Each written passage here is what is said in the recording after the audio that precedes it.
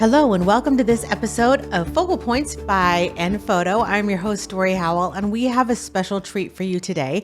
Our first guest on the podcast, Shamika Shadi. Shamika is a fine art portrait photographer based in the Dallas-Fort Worth area, and I love this conversation with her where she sheds a little bit of light into her business of creating incredible, wonderful fine art images that are put together with such thought and vision that if you don't know Shamika Shadi, you need to go check her out. You can find her at Aria Rose Photography, pretty much on Instagram, Facebook, or website, the whole bit. And if you want to look at her images, I suggest you start with her website first because they absolutely are stunning. I was suggested to have Shamika on the website by a friend at Photo. They said, you need to talk to this photographer. And I'm so glad that I did. So welcome to this episode of the Focal Points podcast brought to you by Photo, where we feature Shamika Shadi of Aria Rose Photography. You are listening to Focal Points, a podcast by Photo hosted by Dorie Howell. You're in the right place to learn how to build a dynamic and sustainable photography business that you love.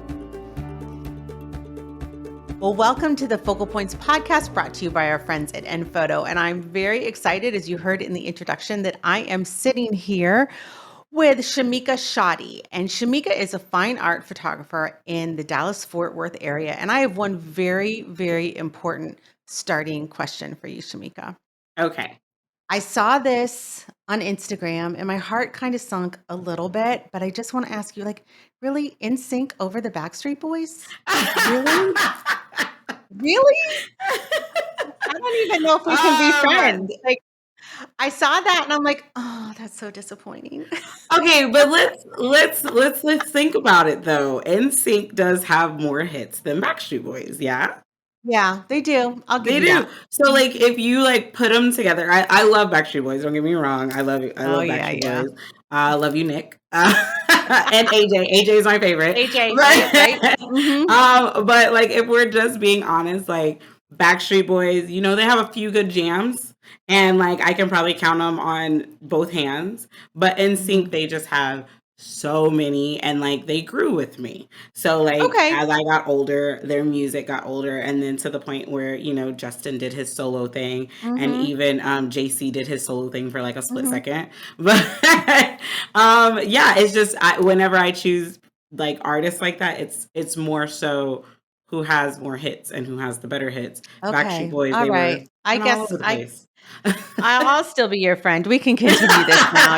It's all good. It's okay. You're not the only one that calls me out on it. They're like, really? I'm just like, yeah, I gotta go with NSYNC. They have a lot more hits. Well, let's talk photography for a little bit because as everybody heard in the introduction, Shamika is located in the Dallas-Fort Worth area, and she is creating an incredible name for herself as a fine art photographer, specifically when she's doing these goddess sessions. And I want to beg you, if you're listening to this podcast and you have not checked out her work on Instagram, you must do that. As soon as this podcast is over, you must go check her work out. Because when I was given her name as someone to call to come be on the podcast, you need to really go check this out. I opened up my phone and I looked it up, and literally my jaw dropped. The images are stunning, absolutely stunning. So thank you. I just wanted to take a minute and ask you a few questions about your business and your journey in photography. And then we'll talk about a little bit more about how you create this beautiful art. But tell me a little bit how you got started in photography and where has this journey led you so far? So it's really funny because everybody always thinks that I have some grand story, but I just like any other mom, I wanted to capture the memories of my children. I grew up in a family where we did a lot of things, and my mom was always taking pictures, or my dad had the camcorder. So I just grew up with my memories being captured on film or on stills. And as my kids got older, I just was, when I had my second child, I was just like, I want to start capturing pictures. So I actually just picked up a camera to start taking pictures of my kids, and then fell in love with it. I was already in love with art my older brother, he's an artist, and then my younger sister, they're artists, but they actually can draw. I can't draw a stick figure to save my life. Mm-hmm. But Yes. I've always been in love with photography, mostly landscape and wildlife Mm-hmm. photography. Mm-hmm. And I just started playing around and I was like, I wonder what would happen if I do this or if I You do try that. this. And that's pretty much how I got started. It's like no grand thing. I just wanted to take pictures of my You were a kids. mom with a camera. You were a Yeah, I mom was a with a mom with a camera, camera. right? So Me too. Me too. That's how I started. People ask me, they expect, "Oh, I went to art school and did this." And I always had this calling. No, I had a kid. And then my yeah. husband got, then my husband got me a really great camera and Mm. that's all she wrote. That's how that started. So you started out, did you start out with an idea that you wanted to be a fine art photographer? Did you know what that was or how did that evolve for you? So if you ask anybody that knows me, everybody says like I'm a big kid. Like I Mhm. am an adult, like I'm a child in an adult's body. So when I say I wanted to capture the memories of my children, like I wanted to we're really big into imagination, pretending. Like I am the type of mom that like I keep all the Halloween costumes so we can play dress up later. Mhm. And like so me and my son would play like Peter Pan and Wendy. So whenever I started, no, I had no clue what fine art photography was. I'm Mhm. completely self-taught. I just knew I wanted to do something different, especially because right now we're in like the technology age. So I Mhm. felt like a lot of children were not using their imagination. They relied on tablets and Mhm. gaming systems and TV to do it for them. And Mhm. I really started out doing composite. Like, so I jumped from just taking pictures of my children to learning composites. And Okay. I actually decided to invest in myself and I was like if I'm going to do this then I'm really going to do this and I decided to take my first photography workshop which was a Tara Lesher photography workshop which Okay. is where Okay. she just does compositing. I met Tara, we hit it off great, we still talk to this day Mhm. and I still consider her one of my mentors. And Okay. yeah, she was awesome and I just started doing that and then I don't know, like I just changed. I just wanted something more and like I've always been a nerd and I've always liked museum art. I've always Mhm. been a fan of like Rembrandt and I've Mhm. always been a fan of century art Mhm. and I wanted to pretty much just do what they did in paintings but with digital art. Okay. So when I look at your images, these are obviously not composites that you're doing now, Yeah. right? These are not. So Right. if someone's hiring you to have a picture taken of their child, how does that collaborative process work? I would imagine that they just don't call you and say, "Yeah, I want a picture like that," and then you pull a costume out of the closet and you make it happen. There has to be some sort of give and take when someone is hiring you for this type of portraiture, right? Right. With my photography business, everything is about an experience. So when I do Mhm. get clients who call me, usually it's really funny because usually what my clients will say is, I don't know what I want, but I know I want something. I want something Okay. along these lines. And so I have them come into the studio. We'll like talk about ideas. We create what I call like an inspiration board or a mood board. And Mhm. it's like pretty much a Pinterest board. And Sure.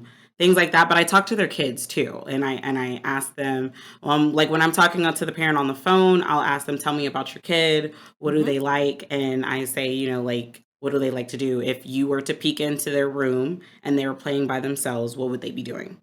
Okay. And then we go off of that. And Okay. then, of course, they come to the studio. Usually the little girls are just like, oh my gosh, once they see like my dressing room and they see all these dresses. And Mhm. then most of the time, like the parents will say that they want to do something, but then when the child comes into the studio and they pick out a dress or something, I create something around the dress, but still the Okay. child's personality. And Okay. so it's a group effort with mom, Okay. dad, and the children. Okay. Is the idea when they come in is that you looking for one are you shooting for that one statement art piece for the wall? Are you shooting for an album? How does that come into how you shoot the session? I shoot for wall art and I also Okay. shoot for folio boxes. Folio boxes. Okay. Yeah, I don't. do albums. I Okay. do folio boxes because I feel like it's like a loose leaf album, Hmm. and it still can create that story, but it's also a story that you don't have to sit and flip through. You Hmm. can place it around your home. Hmm. So that's I still offer albums, but Hmm. whenever I explain it to my clients that way, they always choose Right. the folio boxes because they can have maybe 2 or 3 out and then next month change it to another Sure. set So and things like that, so that's so great because a lot of times when I'm coaching with my clients, a lot of times they get stuck in the fact that they don't know what clients want. So they don't know what to sell them or what to offer them. And I always say, I'm like, listen, they're going to want what you want to sell them because that's what right, you're passionate about. I'm not a right, folio box person, I'm an album person. So that's what I lean towards. And that's what people purchase from me. But it's so interesting when I talk to different photographers, everyone has kind of a different slant and everyone likes to sell different things. And clients will buy into what you think is best for the images that you are making for them. right. So my next question is what do you personally find most rewarding about this? Creating this art for your clients? Seeing my art printed. Okay, so it's the printing process? Yes, that's my Okay, favorite part. My 2 favorite parts are editing, which is really funny because most photographers that you talk to, that's not editing is not their I favorite would part, rather like, rip out shooting my is fingernails. No, yeah, no, like, no, no. actually doing the shoot is usually their favorite part, Right. but, for me, editing is very relaxing, but I do like, all of my edits are hand edits, Yeah. so I'm literally sitting there with my, Wacom tablet, Mhm, and I listen to music, and I mhm, just sit there and I edit, and I'm a perfectionist, and, I mhm. go over the lines and everything like that, so, but I really enjoy when my clients' products come to my studio and I And get you to get to look at open them up? them.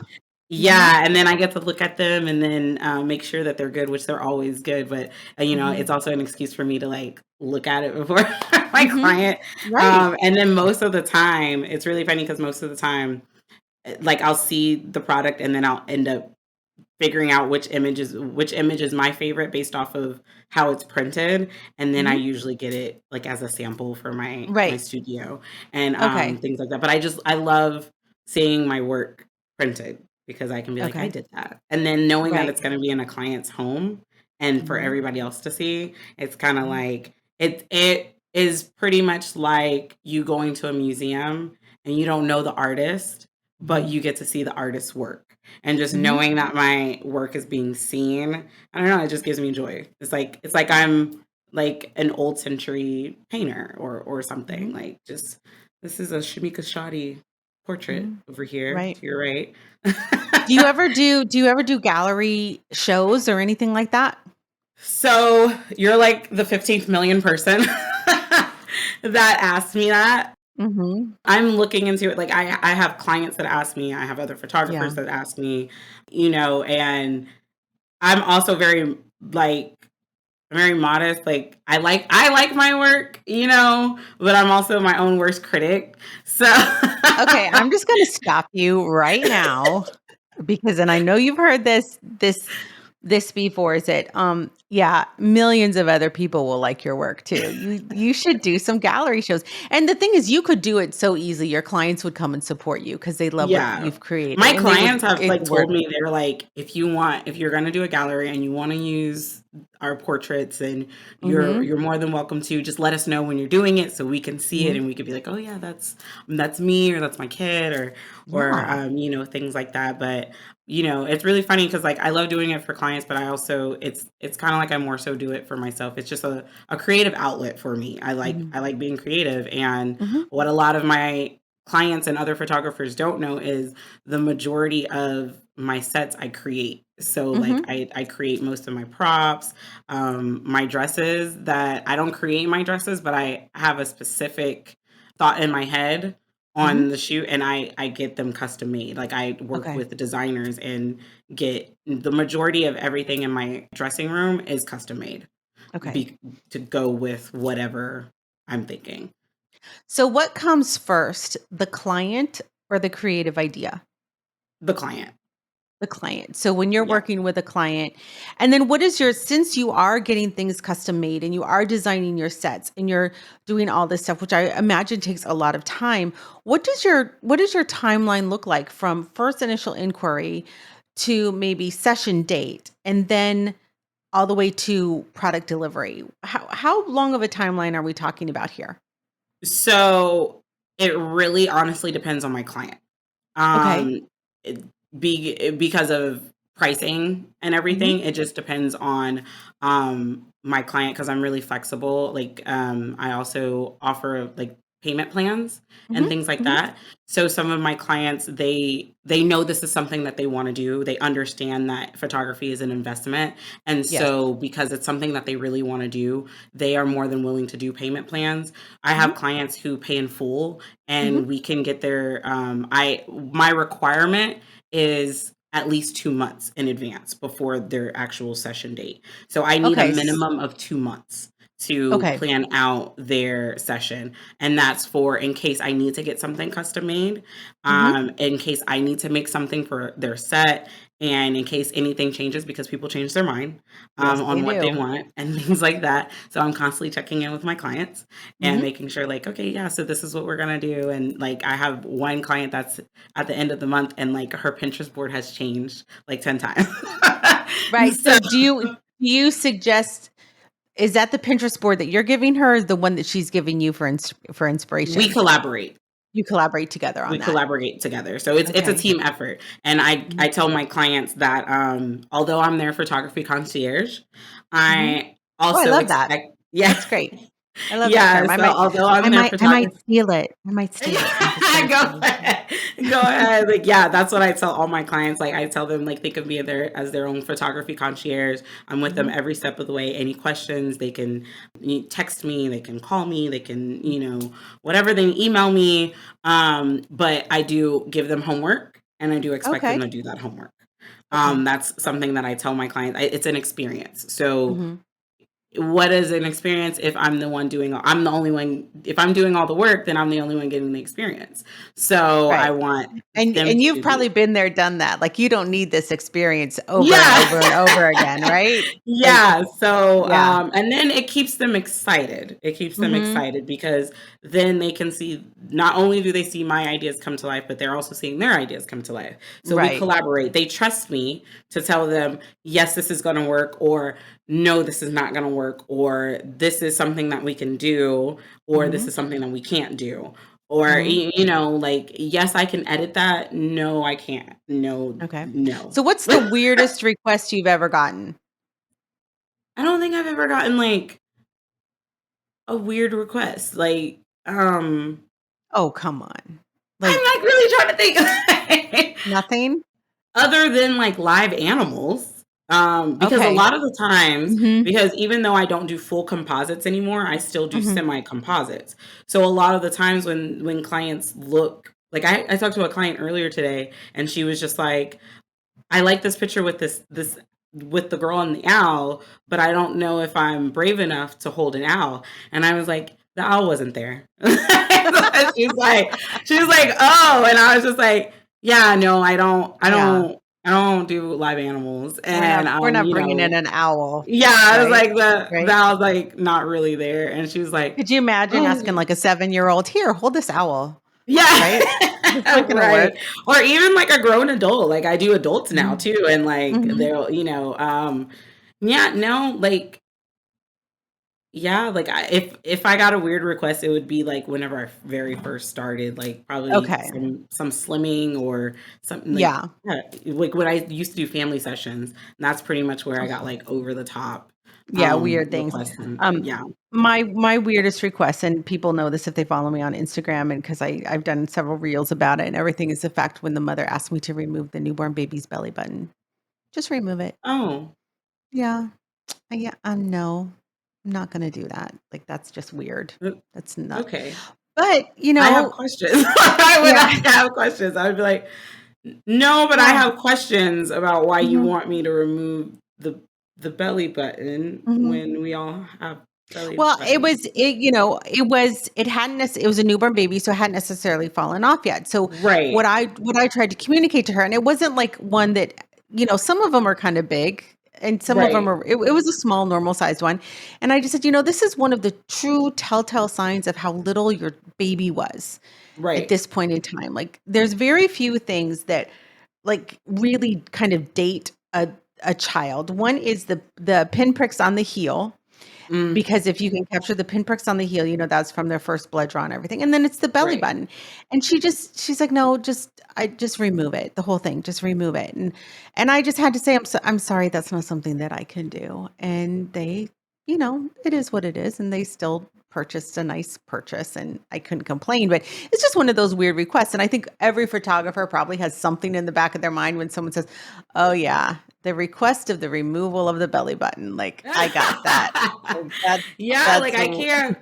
No, like I would have to like you know what it probably is? It probably is like those kinds of things I like put it so far in my brain so I have to think it's like about. a traumatic Yeah, like response. You've like I've had some I've had some you've like removed it. traumatic like oh yeah, Yeah. like I always tell people because something that people I guess think is like entrepreneur life is roses.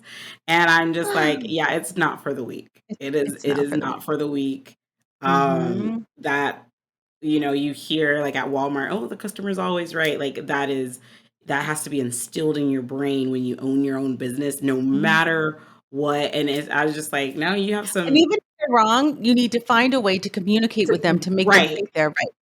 Yes. And that is a challenge. That's something that I know so many photographers struggle with. I see it in the Facebook groups all the time. Like, how do I address this? How do I say this? How do I tell my client this?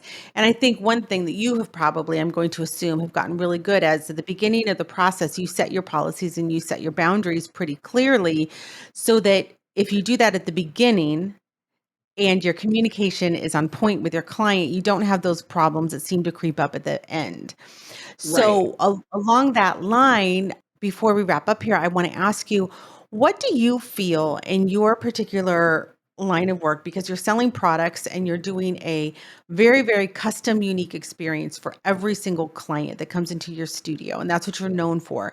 What do you feel is the most important part of your workflow when it comes to setting up these sessions with your clients for success?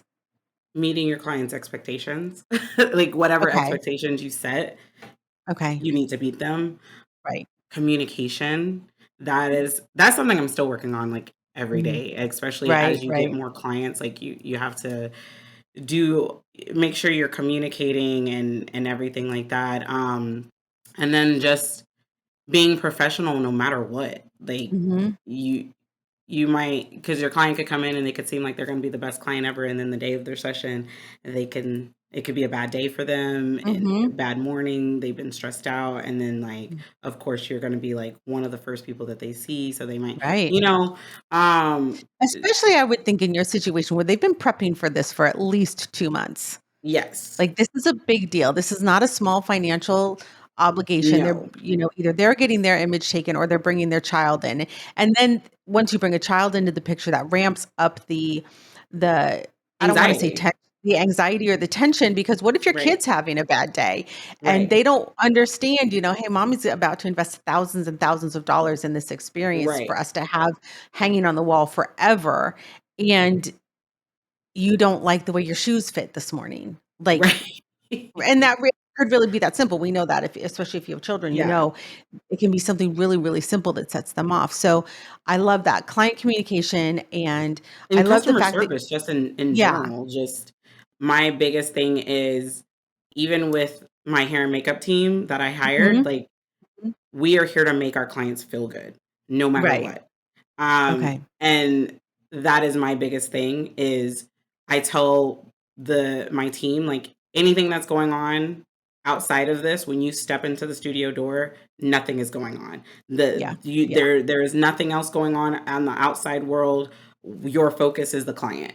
No matter what is going on, take a deep breath. And like sometimes like I understand things happen and we'll talk about it before the client gets here and we'll like talk Mhm. about it and I'm Mhm. like, it's gonna be okay. But it's just making the client because you don't want them to have buyer's remorse. That is Right. the worst possible Right. thing as an entrepreneur that you can have, is a client who has buyer's remorse. So you Right. have to make them feel good every step of the way. You have to make them feel good about their purchase. So it all comes down to client communication, client Mhm. relationship, customer service, and just making them feel good.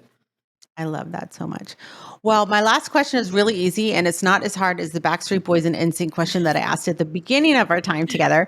But I would love, can you please tell people where they can find you to see your beautiful artwork? Yeah, so you can find me at www.ariarosephotography.com. Mhm.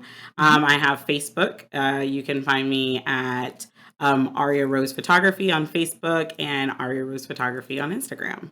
Okay. Yeah. Pretty easy. Aria Yeah, Rose Photography, right? Aria Rose Photography all There around. you go. I mean, Passport or if Dallas, you just go to the website, then you'll have you access can, to the Facebook right. and the Instagram. Right. So if you're going to go check her out, which I highly suggest that you do, this is how I suggest you do it. Don't bother with Instagram. Don't bother with Facebook. Head straight to the website where you can see these images big and glorious, and you can see the detail that goes into them because they truly are jaw-dropping images, especially if you are a fine art photographer or you want to be a fine art photographer. Now, one thing Shamika hasn't said, but I'm going to disclose that now, is she actually does one-on-one coaching for this type of art. So if that's something that you're interested in, you can reach out to her through her website and get more information on how she can help you be an awesome fine art photographer in whatever type of images that you want to put out into the world and for your clients. So Shamika, I lied. I do have one more question, and it is very, very simple. What is your favorite and photo product to offer your clients? What do they seem to really love? It would have to be the folio box. That Okay. is that's my favorite, and that is my client's favorite. It's something, especially the acrylic prestige. That Aren't those is pretty? yeah, it's my Yeah. top seller. Okay. Yeah. Is even though like my clients, I tell them we can customize this any way you like. I actually have samples of Mhm. pretty much like different sizes of folio boxes and Mhm. different styles. But the one that they always go towards is the acrylic prestige, because not only is it acrylic on the front, but then Mhm. they get to choose an image to go on the Yeah. front, and then Yeah. and then when they open it, then it's just beautiful images inside and a USB Fabulous. and everything like that. I That's why I probably have too many samples, but I just love it so much that I keep Yeah. buying Well, samples.